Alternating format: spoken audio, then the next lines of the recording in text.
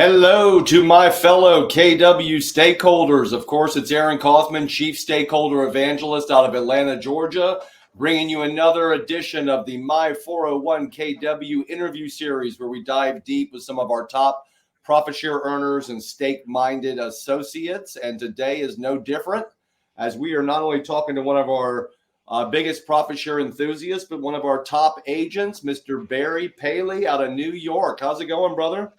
It's going great, bud. Good to see you. Everything is cool. How about you? Doing great, man. Remind me which market center are you affiliated with there?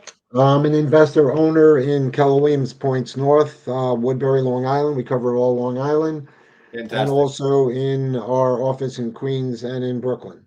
Fantastic. That's where my parents are from, Bronx and Queens. Love it. Yeah, man. So Barry, thank you so much for taking time out of your schedule. I know you're a very busy guy, top team there in New York. Before we jump into your thoughts around profit share and some of your successes, why don't you take us back to who you were before real estate, how you ended up joining KW, and then we'll kind of get into what you've become and your journey with KW profit share. All right. Yeah, I'd love to. Well, believe it or not, I came out of the apparel industry. I was a marketing niche specialist, and I created what we saw as a void in the women's large size clothing industry. Okay. So there seems to be some sort of connection between ex apparel people and success in real estate, but For some that reason, was I'm what I thinking did. about. For some reason, I'm thinking about Seinfeld and the man's ear, right? Right. Remember that whole episode? But anyways, Yeah. okay.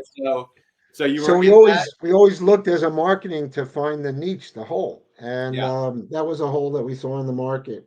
So you But around understood leverage. 2005 is when I went into real estate.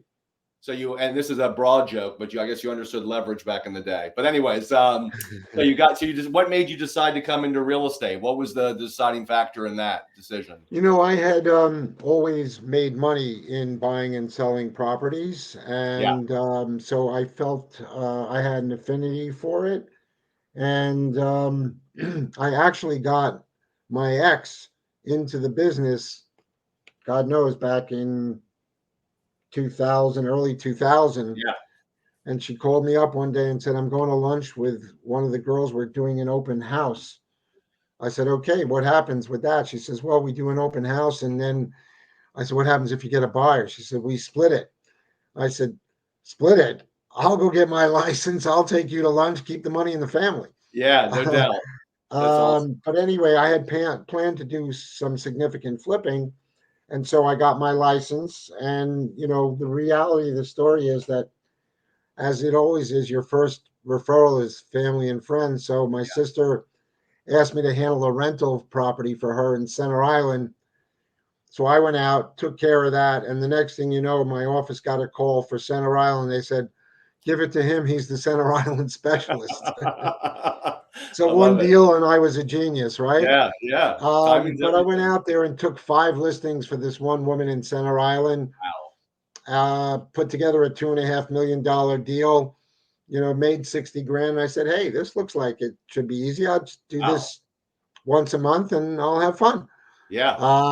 I didn't know that was the only deal I was going to do my first year. Right.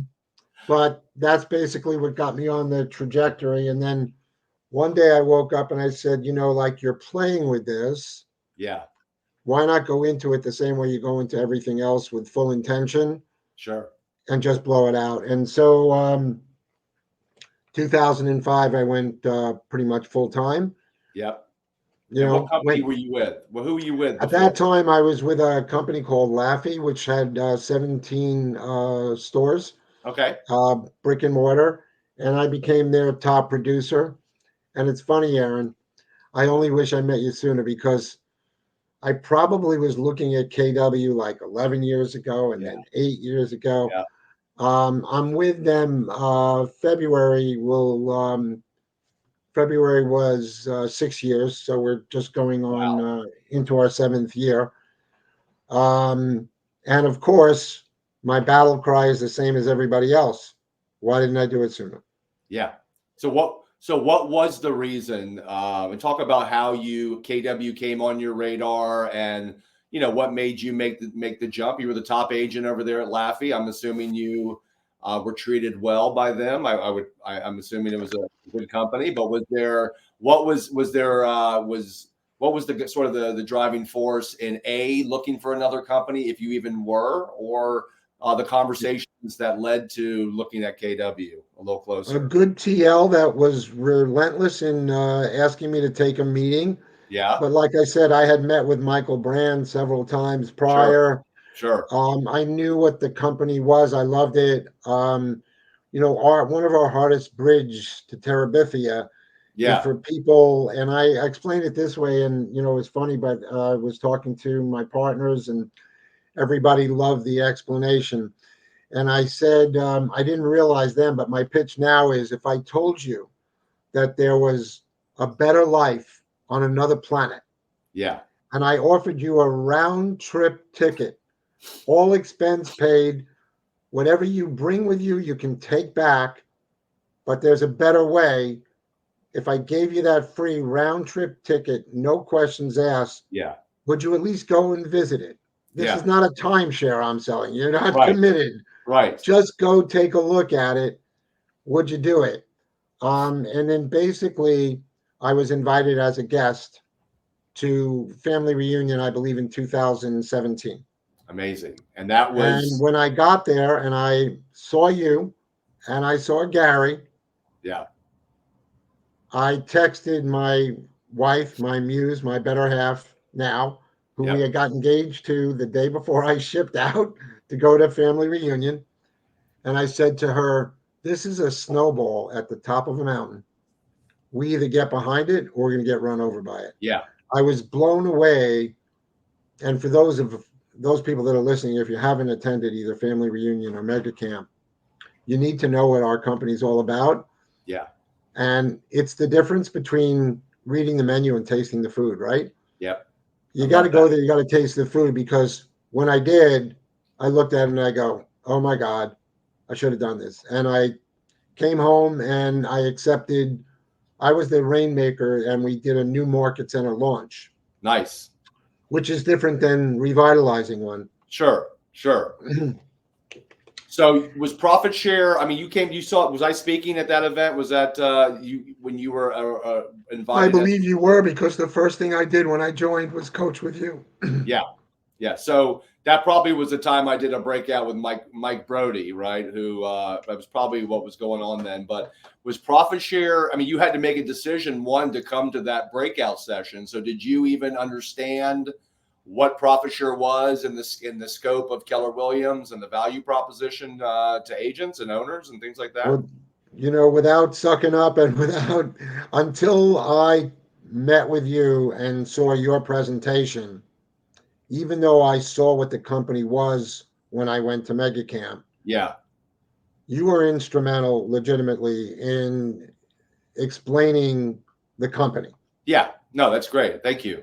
Thank you. But And it's also a and sign, Barry, right, that we just assume that our agents understand profit share. And the fact is, most people don't even understand it or even talk about it as a part of their decision to join KW. And obviously, we don't necessarily do the best job communicating its value proposition once people are here.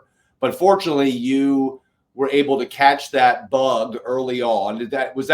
I mean, you had already seen Keller Williams in all of its glory at that event, but did profit share, was it sort of the nail in the coffin? You said, well, wow, and they're sharing their profits, and it's, now it's sort of brought everything together for you a little bit. Yeah, yeah, I mean, I think from the opportunity wheel itself, there were so many yeah, opportunities that I saw, but profit share definitely stood out. yeah, Um, but I want to be honest that in your explanation of profit share, yeah, you take everybody on a very broad journal about sure, what Keller Williams is about yeah, and how it compares to other companies. So while your end game was just to explain what you're passionate yeah, about, the trip that you take people to get them there broadens their scope and enlightens them on the totality of the company. And I think that was really, because I tell everybody, if you cut me, I bleed KW, I bleed red, yeah, black, and white. Yeah. But the profit share was definitely an icing on the cake. Yeah. And then being that I was an investor, the commitment that I made as an investor, both to myself and to the market center and my partners, was to build the market center. And of Yeah. course, profit share is one of the main points and one of the main value propositions. Well, Barry, it's interesting because, not every investor of a KW market center or owner necessarily sees profit share the same way that you and I see it, which is okay. Look, every office is independently owned and operated, and we have, all kinds of systems and models and things for market centers to plug into. Whether or not they decide to plug into them is up to them. But talk about somebody that didn't just come here as an agent, but came here as an investor, as an owner. I mean, how did you obviously understood profit share from a wealth building standpoint for yourself. And then, you and I coached and talked a lot about how it's the catalyst for culture and all the things that make KW so special. But as an investor, did you have any thoughts in your mind at that time about, wait a second, I got to have all the risk, I got to have all the capital investment, but then I have to give back almost half my profits to the people that help grow the office? What was your mindset? How did you handle that mindset around profit share as an agent and an investor, wearing those hats at the same time? And then has that changed at all for you in this moment? Because obviously, we're in a different market and industry than we were when you joined KW. And, profit share is a little bit more challenging these days, just with what's happening in the market. So talk about how you felt as an investor, right, when it came to profit share, and how important that was going to be for you to build a market center that nobody ever wanted to or needed to leave. And then has that changed at all during this moment? Yeah, I can address it, but the bottom line is, again, you taught me the difference between agent-centric and broker-centric. Yeah. No matter how much I learned from everybody about leads, listing, and leverage, no matter how much I picked out at KW, your seminar drove through, in my opinion, the difference between agent-centric and Yeah. broker-centric. Yeah. And so, no, I never thought about it because I'm always a big picture guy. Yeah. And I never thought about the fact that I was giving up dollars. I look at our business and our market center as the same way I would a commune.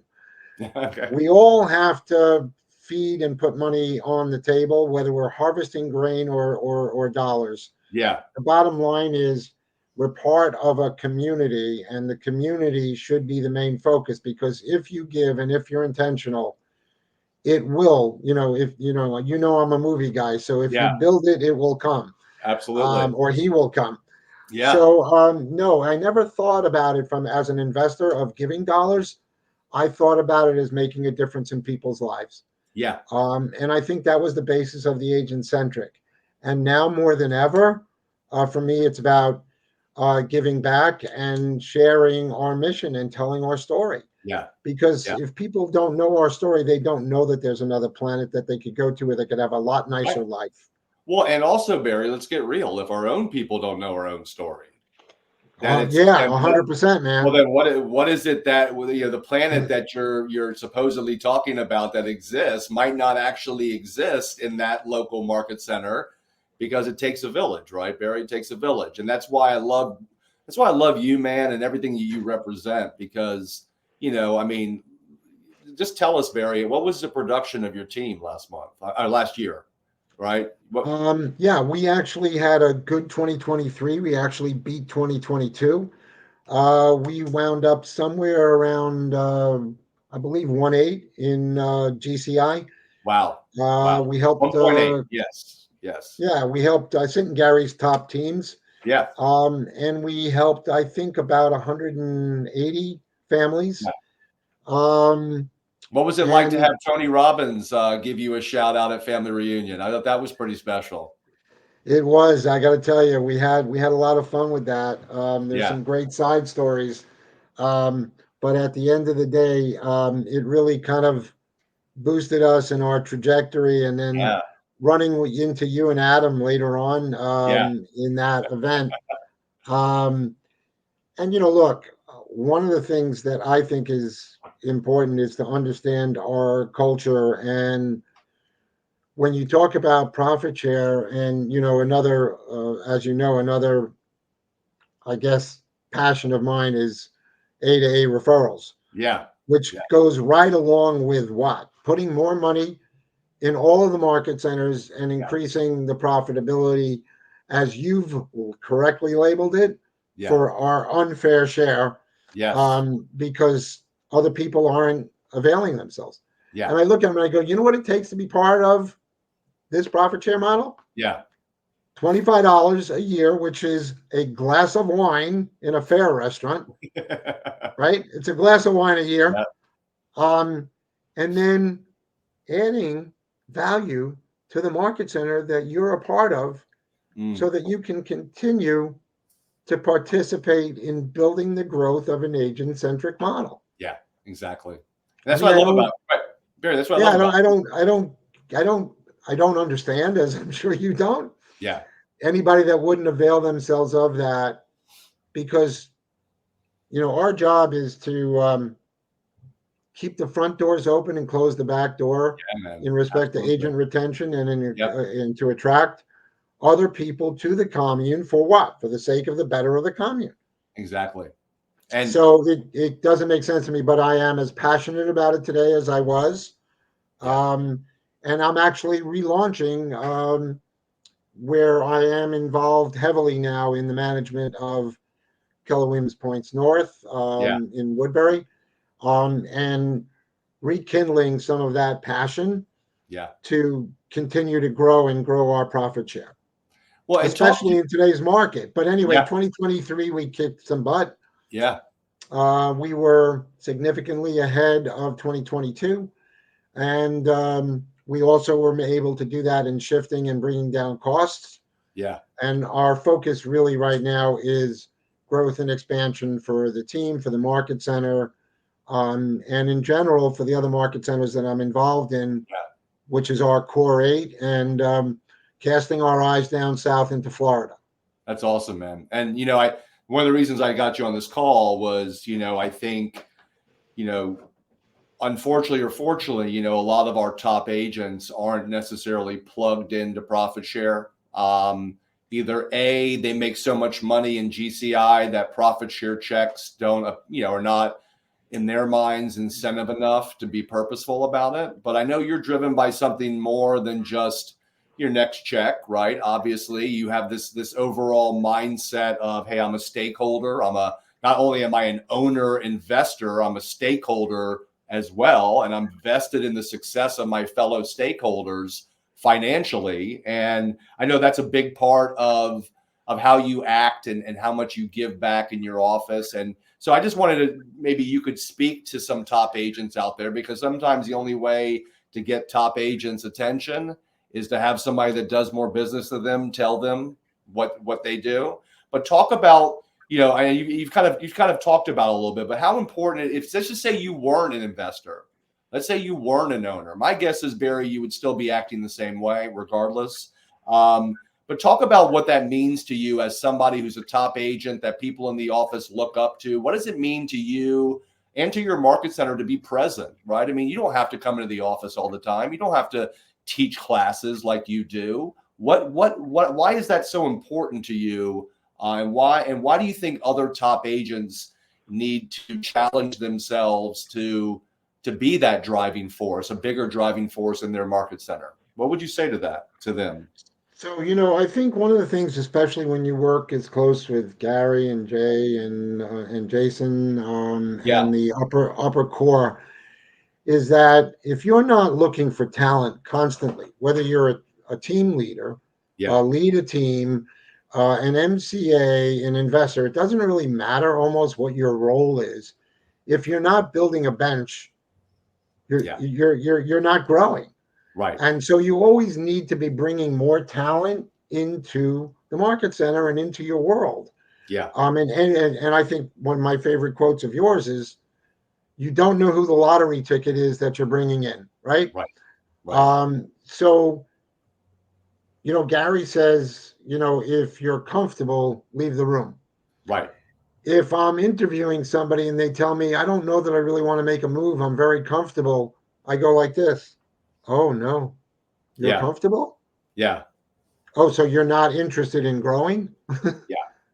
Does that mean because where comfort exists, growth doesn't always exist? Right. In So order to grow, you have to become a little uncomfortable.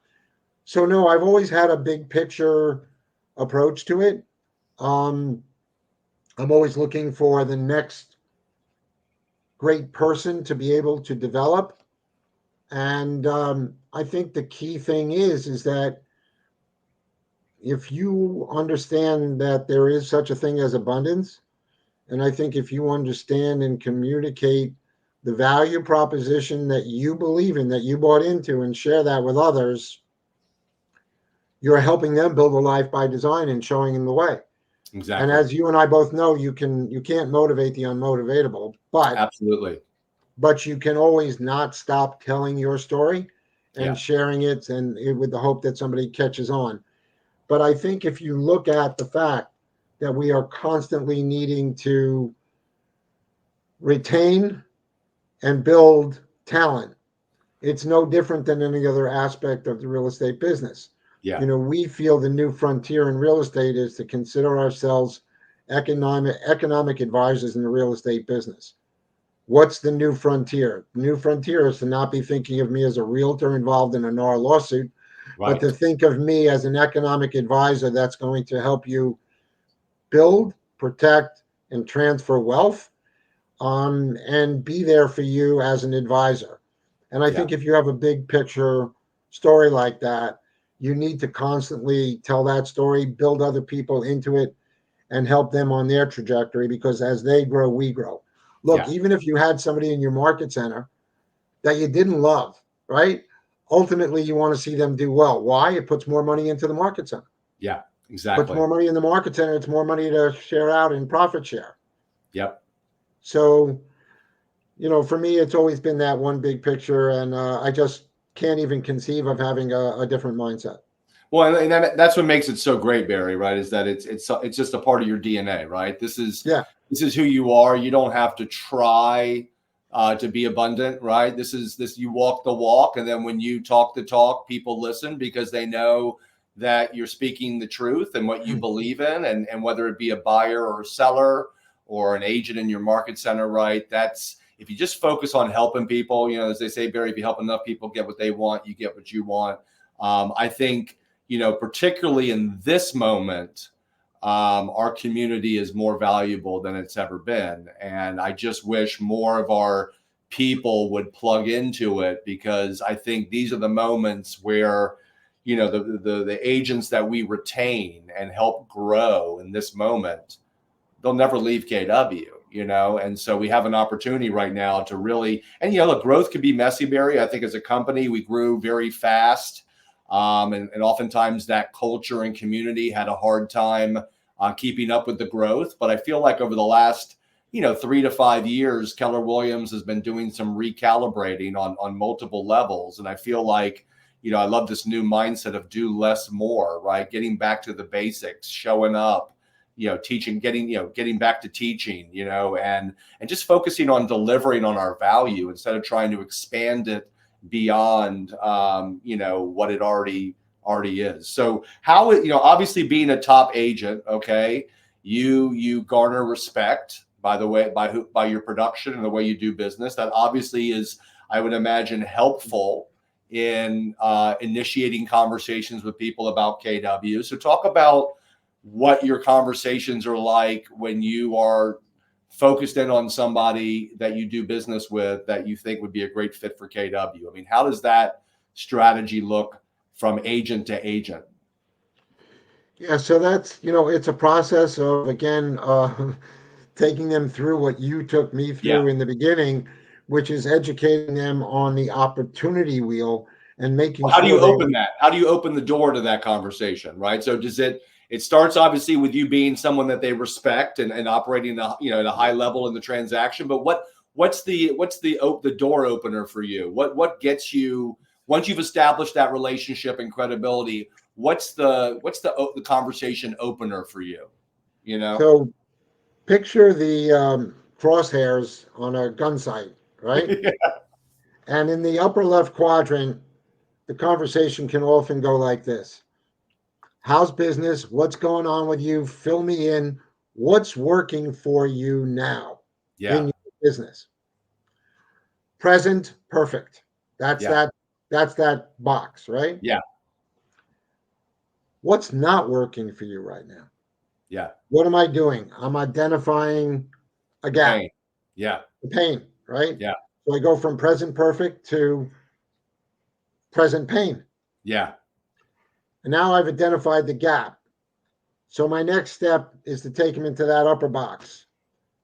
I would love to sit down and either do a tech review with you, review of your database. What do your ancillary income situations look like? Depending on what their gap is, I'm going to look to have a conversation with them about fixing and filling that gap without sounding instructional. But hey, I'm wondering, a database that doesn't transact is not a database. Yeah. It's a treadmill that's not plugged in. It's a Yeah. car without an engine, and it's doing nothing for you. Would you like to see the difference and review the stats on what a 36 touch campaign would do for your database? I'm more than happy to sit down with you and show you what's working for me. This is prior to even a recruiting call. Yeah. Yeah. Come on in. Let's identify what's working, what's not working for you. Let's discuss that gap. And by the way, this is what I do to fill that gap.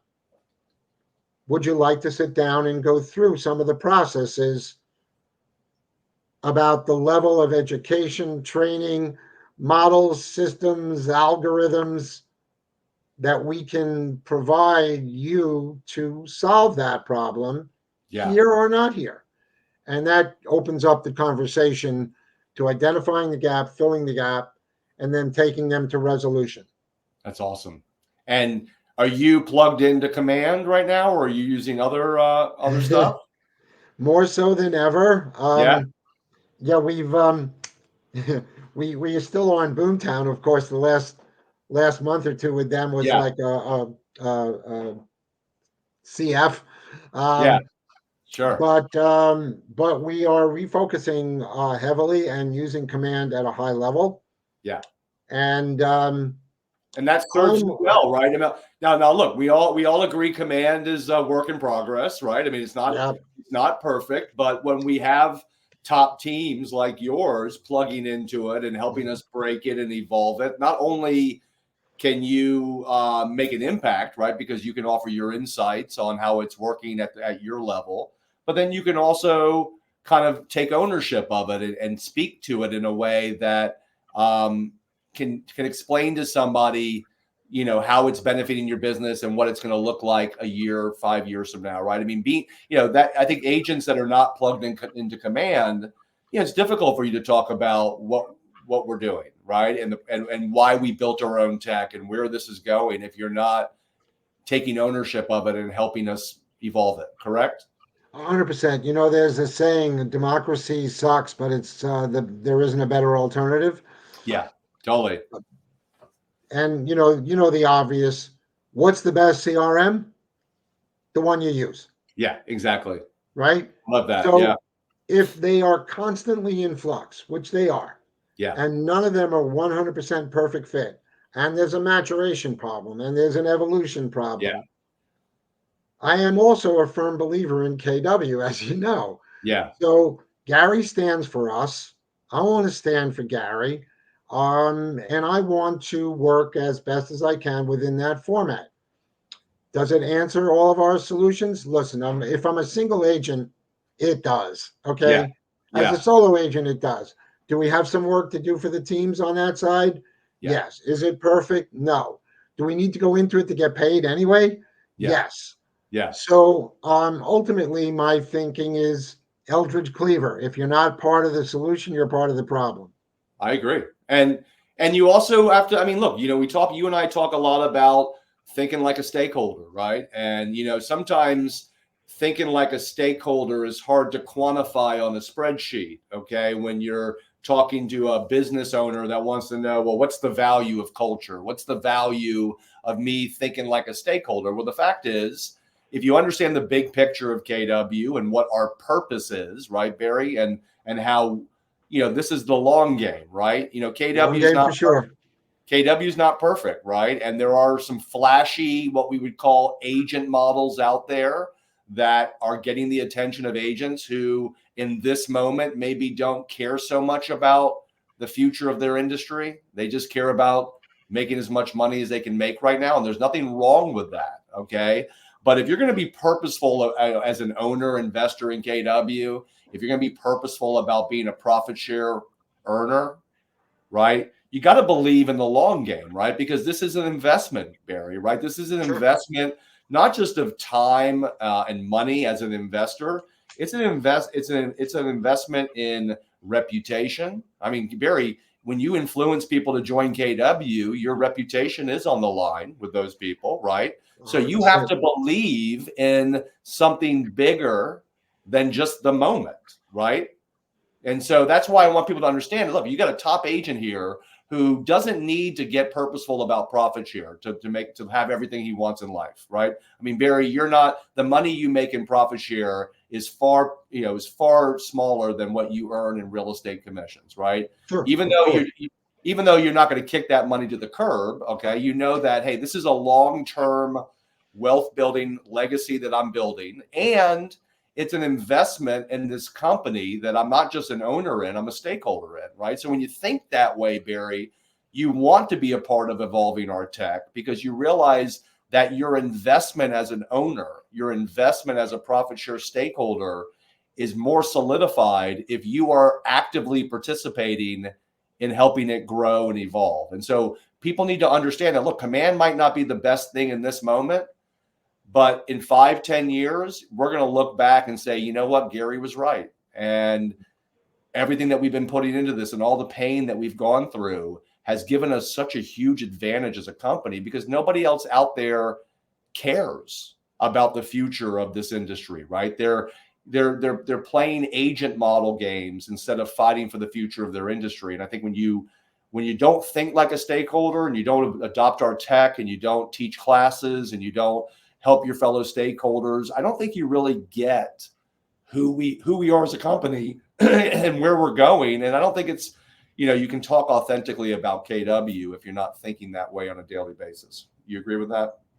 100%. And again, it comes back down to investing in yourself, investing in the company, investing in Gary. I mean, look how he stood for us. Yeah. In every occasion. And Absolutely. nobody's perfect, but he's been under tremendous pressure and scrutiny, so is the upper echelon there. Yeah. And they're just out there helping us. And so I think I always refer to, and again, I got this through you, whether you labeled it or not, our ecosystem. Yeah. And I tell everybody, this is a river. You can't know what it's like to be in the river. Stick your toes in, go on into your ankles, go to your knees, and then get in the river. Because once you're in the river, it's a different feel, it's a different world. Yeah. So you got to get into the river, you got to get into the ecosystem. You have to care about yourself, your growth, and others around you. And I think, look, I'm a lot older. You have to think of it in that hippie commune for the better of the good of everybody. And in doing so, you have abundance. Yeah. So no, I love that. I love that. And that's how I imagine you've built this enormous real estate business is not tethering yourself to the next transaction. You're in the business of helping people. And, that's the kind of mindset that I think I wish more of our top agents would adopt. Because honestly, they're more influential in their market center than leadership is in many cases. And if you're a top agent that's not present in your office, right, I think you're missing out on one of the best opportunities at KW, which is the ability to impact other stakeholders' lives in this company. And, it might not show up on a spreadsheet, right? But, for those of us that think that way, I think what we get back is so many times over than what we put in. Now, Barry, are you still teaching? Do you actually teach profit share classes? Are you the guy that teaches them in your market center, or are you still doing I that? have been on a couple of panels. Yeah. I did a thing up at Jamal's office in White Plains where it was a Yeah. panel on it. So more so from a panel rather than A class. Yeah. yeah, I mean, as far as I'm concerned, if they want a class on profit share, it's hire Aaron. Yeah. I mean, I Um, agree. I agree with that for sure. but a buddy of mine has a great conversation. He says, I don't need my grandmother to teach me how to suck an egg. You know, um, It's a hilarious line. I love it. go to the guru, right? Yeah. But I will speak to it because it's important. And if they're not bringing you in, they're going to get watered down Aaron Kaufman Yeah. through my ecosystem because what you taught me was internalized, and it's like you said, part of my DNA. I believe that if you are in KW, your in and out breathing should be people talking to people is real estate. Yeah. And I will recruit. I mean, it doesn't matter who it is. I just leased a new car, and I had the experience of working with what in 74 years on this planet, what I thought was the best car sales person happened to be a young lady. Yeah. And I was so blown away by her performance. So I said to her, let me get you licensed. Yeah. Become referring agent. Because people need to understand that even if it's somebody that's not in the industry, but could be a sphere of influence, think about working someone else's sphere of influence. Yeah. Get them Exactly. on as a referral agent, give them the 25% referral, and work their sphere. I have a friend of mine in the city who gave us a referral for a $6 million deal out in Watermill. I Awesome. cut him a check for $18,750. Amazing. For what? Connecting me up on a phone call. So I will recruit a frog and get them licensed and get them into KW, build our license count on the premise that I will either work their sphere, a blind squirrel finds an acorn, or that I can take somebody from 0 to 60 if they follow the model and follow us and get their production up and running, Yeah. either as a referral agent or not. So I went to Zara the other day and I had a phenomenal sales girl on the floor. She's licensed now. She's getting ready to come on board, and she teaches a women's basketball team. She's a coach for a I women's love it. basketball team. Her sphere of influence, college players. Right. We're getting them licensed. It doesn't Amazing. matter. It's either a knee-jerk reaction or it's not a knee-jerk reaction. If you're in the river, it's part of swimming. Yeah. I If love you're it. not in the river, you're on the sideline looking at everybody splashing around, going, "What's all the noise about?" Well, all I'm thinking about is not only are you changing lives. Let's get real. You get somebody who's a basketball coach who's earning an extra 20, 30, 50, 60, $80,000 a year in referrals, right? How much are you changing her life? What does that do for her ability to impact all these other, athletes' lives, student athletes' lives? But the other side of it, Barry, is my guess is they're in your downline too. Yeah. Yeah, well, again, I got to be honest with you. I don't look. I don't think. Yeah, I got you. I love that. I love that. That's when You you're know, making a lot of money is when you don't have to look, and well, when I I know say that I you would don't do look, that either way. Yeah, I I look know. at my profit share every month as to see Yeah, what it is because I wait to see where that check goes yeah, and takes me. yeah, But if it's a great check, super. And yeah. if it's not, it's a gas bill. It's a, Exactly.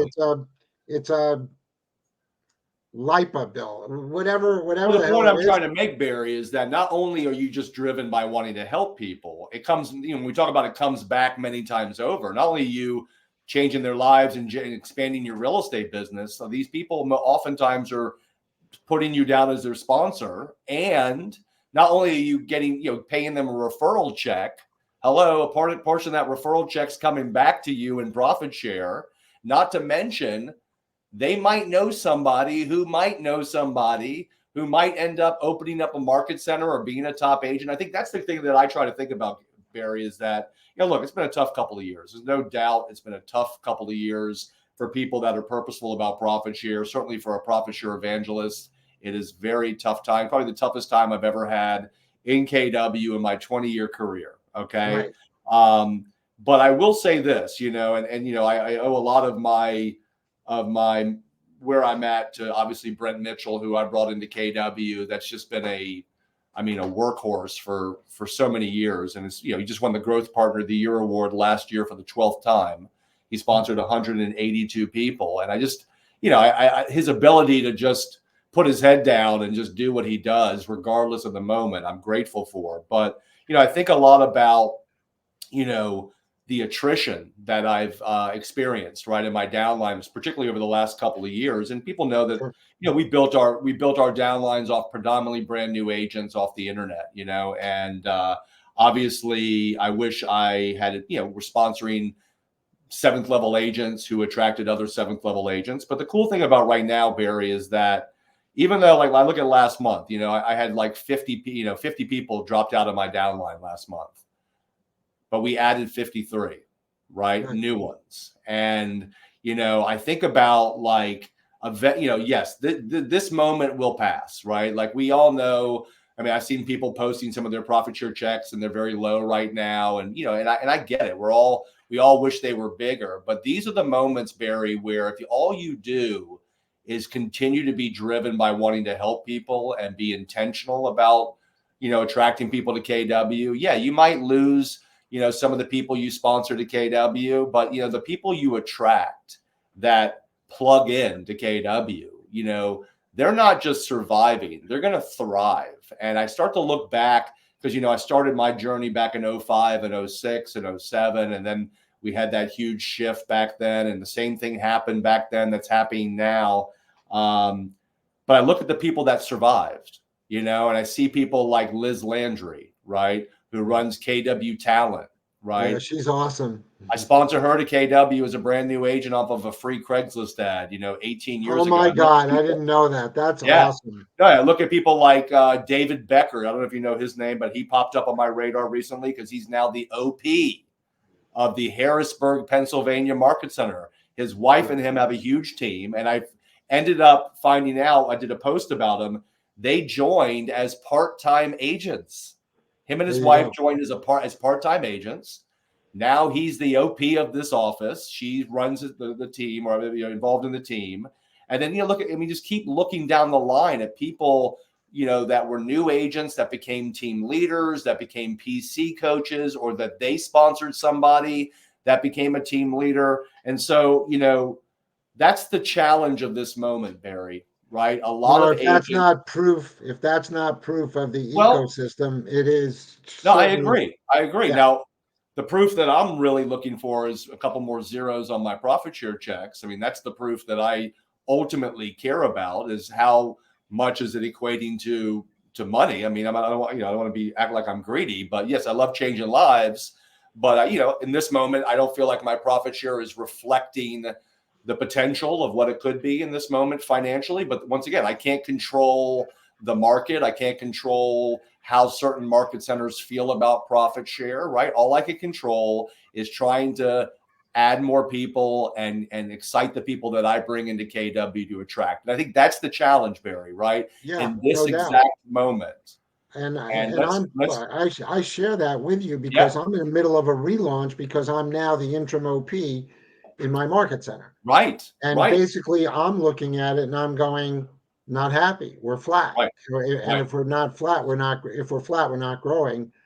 And so I want to revitalize that part of it and the culture, because it not only affects my profit share, but as an investor owner, it affects my owner profit. Yes. So I feel it in all the same ways that you do. And although my team had a fantastic 2023 compared to many others that were down 25, 50%, and we were ahead, similar numbers ahead, our first quarter for 2024 was ugly. Fail. It's not fail. Yeah, yeah, yeah. Especially after having a great year, right? Now the bar is raised even more, right? Yeah, and second quarter is, as far as I'm concerned, in the books, and we have the next 6 months to make 24 stellar, which we Yeah, fully intend to do, and we see the market bouncing back a little bit, and certain changes in the market, which I'm actually on a mastermind at 11 here in New York City, yeah, speaking about where I see the growth and the change in the market. Period. yeah, But ultimately, yeah, I'm in the same shoes you are. And yes, I want to see that, but I know that the result will be there if I can affect the change, which yeah, is and my plan, quite simply, is to focus on both internal and external growth. right. Internal growth, getting the market center up 25%, and on internal growth, 75% on external growth. So I not only require recruiting, but I require to bring additional company dollar into the Yeah, market center to boost profitability, yeah, to boost what?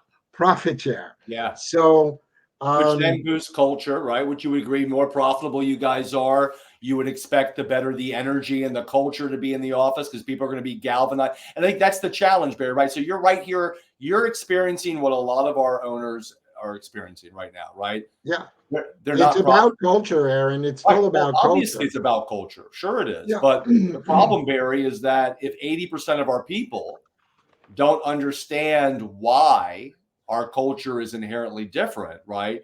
It's hard to then use culture as a catalyst to drive profitability, right? Like you and I both know from all of our conversations that culture and profit share are forever linked in KW, right? The 100%. reason our culture is inherently different is that we're stakeholders, right? We're vested financially in the success of our fellow stakeholders. We're vested in the profitability of the office. And it's one of the ways that we're inherently different than some of these rev share models that are focusing more on agent, right? Or more agent models instead of, building their own tech and all that great stuff and community and purpose.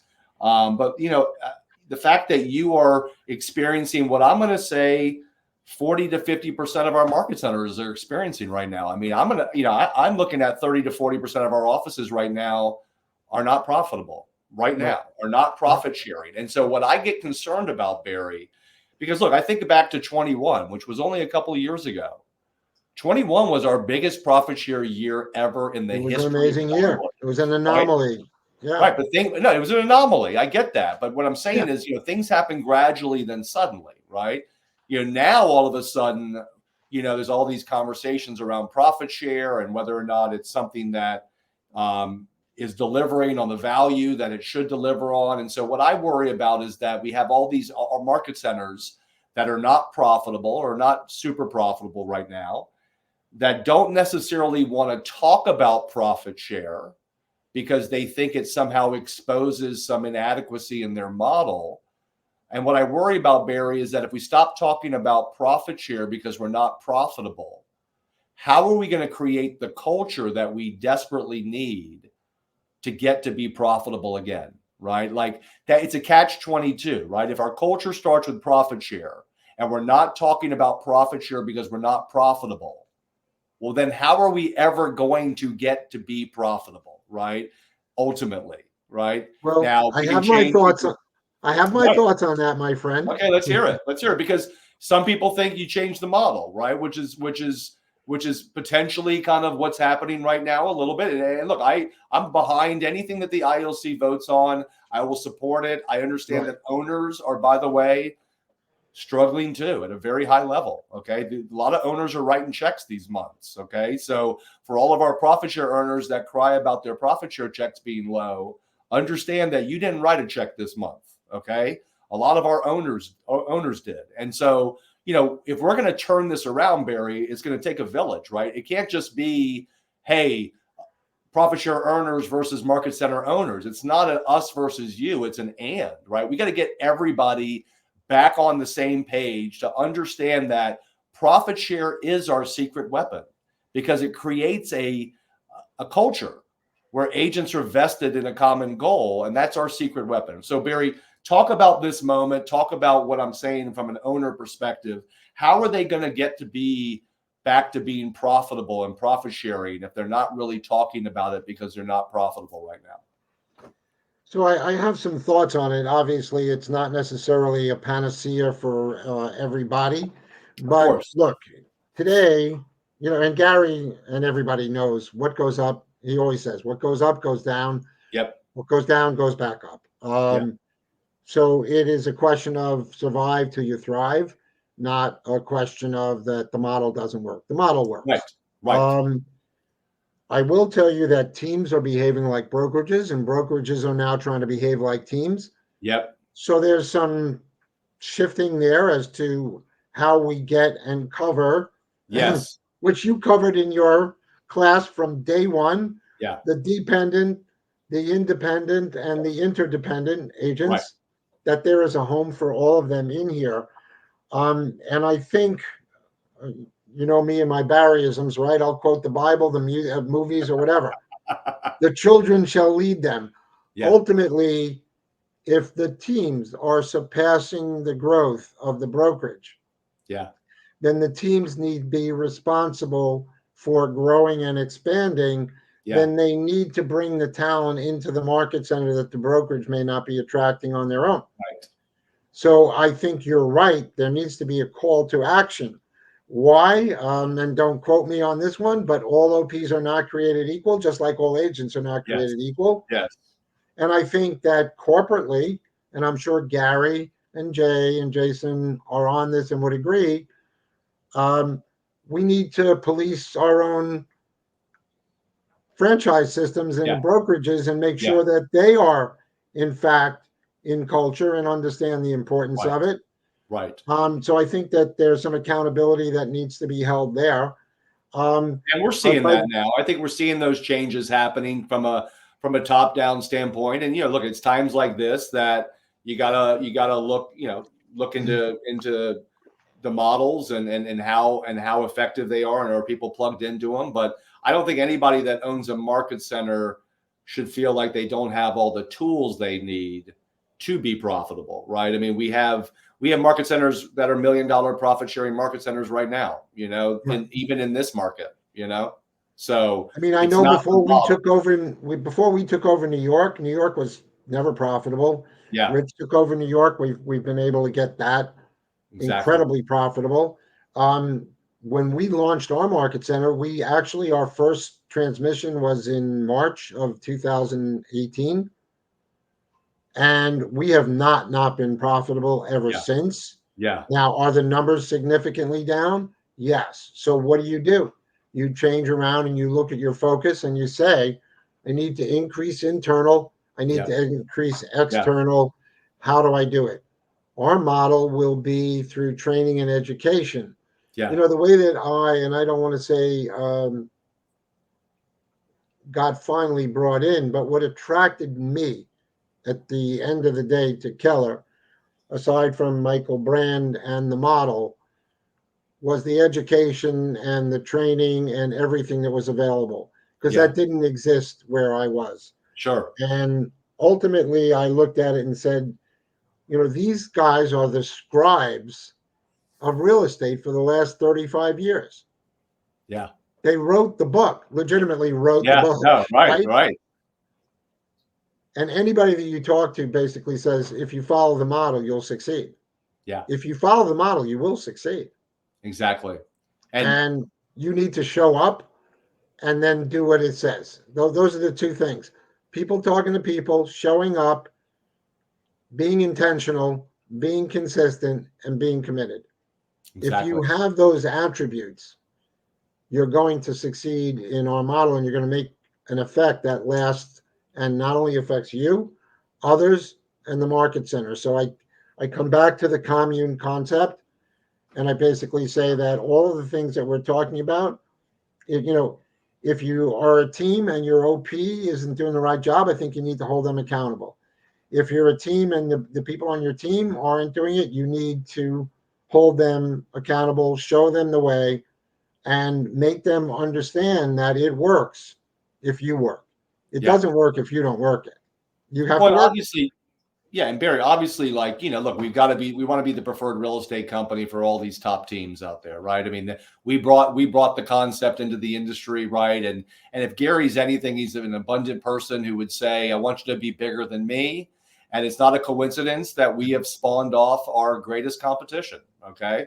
A lot of our competition was spawned off by KW agents that thought that they could, do it bigger and better than KW, and good for them. Okay. Mhm. But when you brought up a great point, which is that this idea that, these teams, they need to recognize that even though, that their business is their team and the profitability of it, they're a part of a market center too. Right. And, look, we want to be in business with these top teams, but the fact is, if I refer somebody to a market center and they join a team, and either A, are forced to put that team member down as their sponsor, or B, they're put on a team where they don't run any production through them, okay? Meaning they have like a team cap, right? Which is fine. But the point is, what effect does that have on a KW associate who wants to grow the market center, but when they refer somebody to a team, they don't get paid profit share because that person's not put into production? So we have to remember that teams, as much as we want to give them what they need, they also have to understand that they're a part of a market center too, and that if their entire team is under a cap, that they're only worth their cap, right? And that they need to make sure that if they're putting a bigger strain on the market center, that maybe they need to be focusing on growing the market center or contributing back to the market center. And oftentimes I see some of these top teams are not plugged in to their market center, right? And so we got to challenge them too to take a greater ownership stake in what it means to be a stakeholder. Look, if you got a team, that's great, but also understand that if your team's only paying out one or two caps, but you're creating a lot of you're sucking up a lot of resources for that market center, and you're not present in it, and you're not helping to grow it, that's not necessarily a win-win either, right? Yeah. And, but again, you taught me, and I want to share this in the limited time that we probably have Yeah, left, sure. is that it's not only important that who you recruit, but where you place them. Yeah, Because, exactly. you've got to understand that is not like a referral on agent to agent. And we don't work that way where you gave me a referral and Yeah, you don't hear from me until your W-9's needed, right? right. It's a constant communication. So recruiting somebody is one thing. Putting him in the hands of the right TL is Yeah, another. yeah, Putting him totally. in the hands of the right TL and the right market center. I mean, if you're going to recruit them to somewhere that's not profitable and there's another market center down the road, boom. And then Right. when you're recruiting them, what do you think about that person? Because when you talk to that TL, you want to make sure, should that person go on a team? Do I Yeah, think this person can survive as a solo agent? Should they be on a team? Which team do you want to see to put them on? yeah, Not just put them in the hands of the TL and forget it. right, You have a fiduciary responsibility, in my opinion, to that recruit to make sure that you didn't just bring them in, but right. you put them in the best situation to be able to survive and thrive. Absolutely. So And it's not, it and goes profit share is way not about, beyond just getting them in. It totally gets them agree. back into that ecosystem. Totally agree, Barry. And look, profit share is never about us, right? It's about what's best for the recruit. Mm-hmm. Obviously, a market center that's more profitable could be an indicator of whether or not they're delivering on our value at a high level. So that can be great. But look, you don't want to solely decide on which market center to refer somebody to based on just profitability. It's an indicator. And you and I both know, for example, with your own market center, sometimes there's moments when a market center is turning around, and if you help build it at a time when it's a turnaround market center, that could come back to you many times over.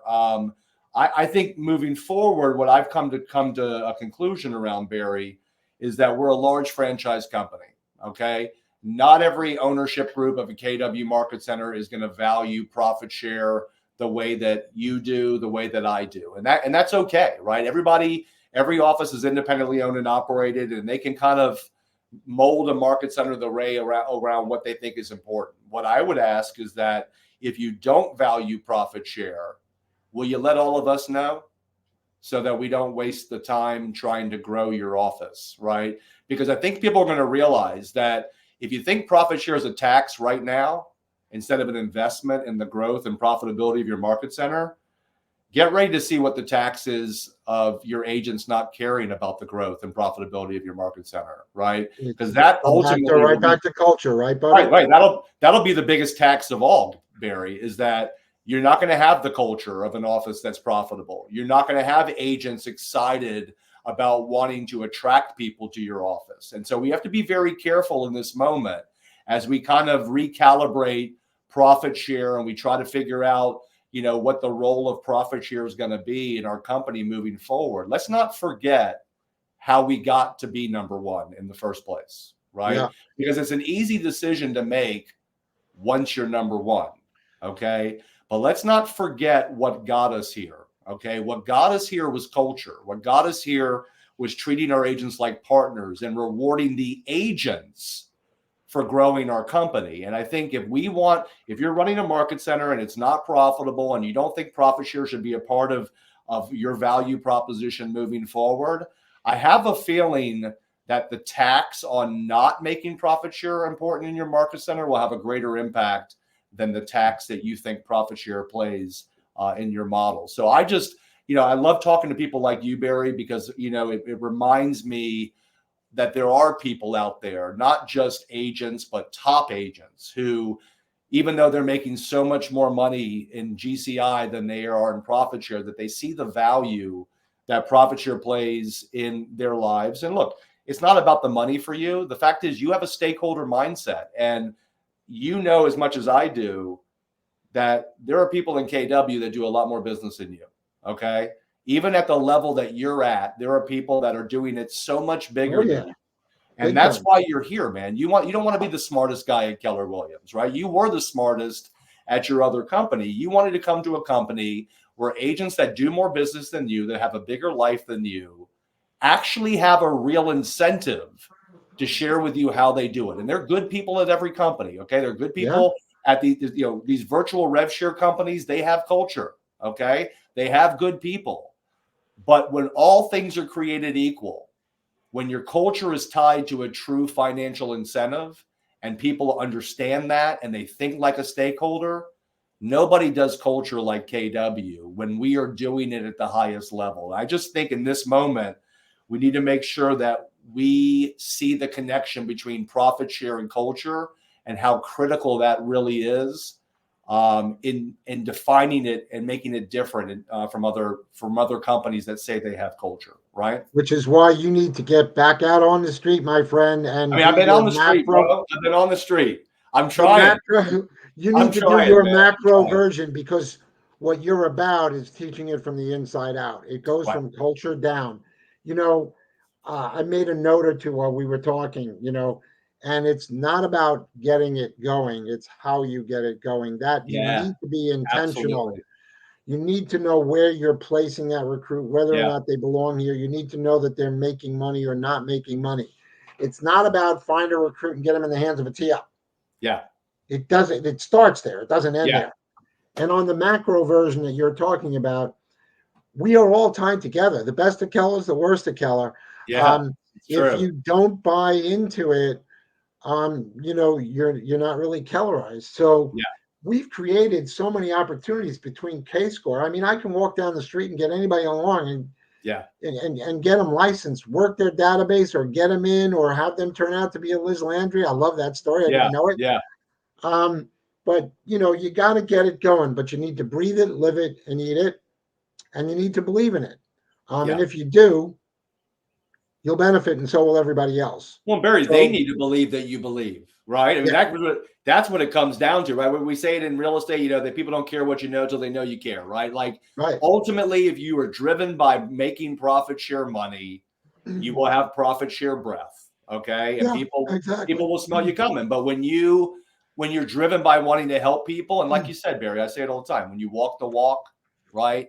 Like, nobody questions my enthusiasm for Keller Williams. Nobody questions Gary's enthusiasm for Keller Williams. It's because we are who we are. And whether the market's up or the market's down, or whether our profit share checks are big or not, or whether we lose people from our downline or not, we have a love for this company because we buy into it and we think and act like stakeholders. And look, my goal has always been, or make people understand, and particularly our market center owners, is that, look, I'm not a profit share teacher.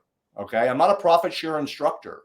Right. I'm a stakeholder evangelist. Okay. Exactly. And what people need to understand is that the money doesn't drive the behavior, Barry. It never has, and it never will. I mean, if $2 billion in profit share is not enough to get people excited about profit share, I'm pretty sure it's not the money. So the good news is this: for all these market centers that are not profitable, guess what?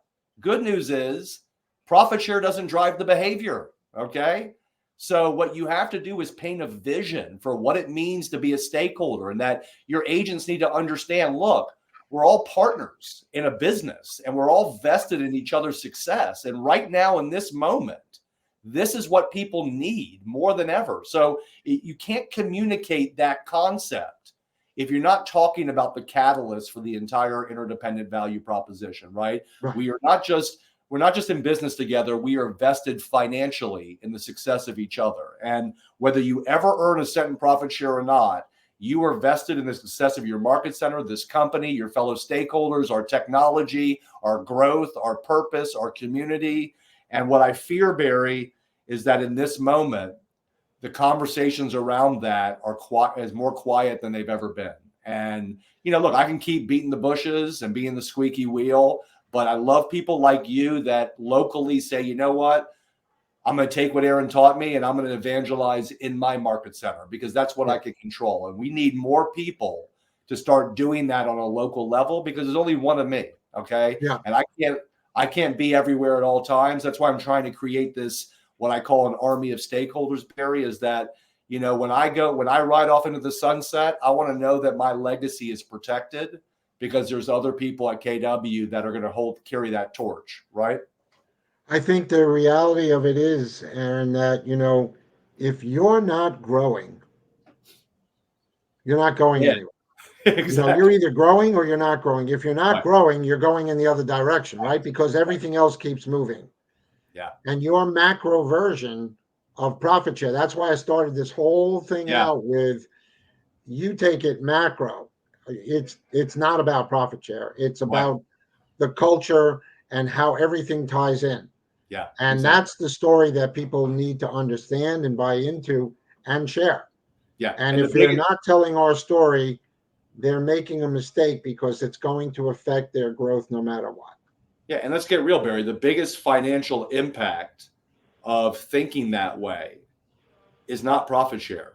It's the impact of plugging into KW and the culture and the community and what that does for you, from a quality of life. It's the tail wagging the dog instead of the dog Exactly. wagging the tail, bro. Exactly. And that exists in too many models. Yeah, let's end on a great Barryism right there, okay? But Barry, listen, man, I can't thank you enough, man, for taking your time today. I know we didn't have a lot of people on the live session, but this will live in the future on YouTube and in the group. And I just wanted to say thank you so much, because it's a pleasure. I thank you for the privilege to be able to be here. You're amazing, man. Thanks, buddy. I'll look forward to seeing you next. Tell your wife watch your top knot out there. All right, you got it, brother. All right, take care, Barry. Appreciate you, man.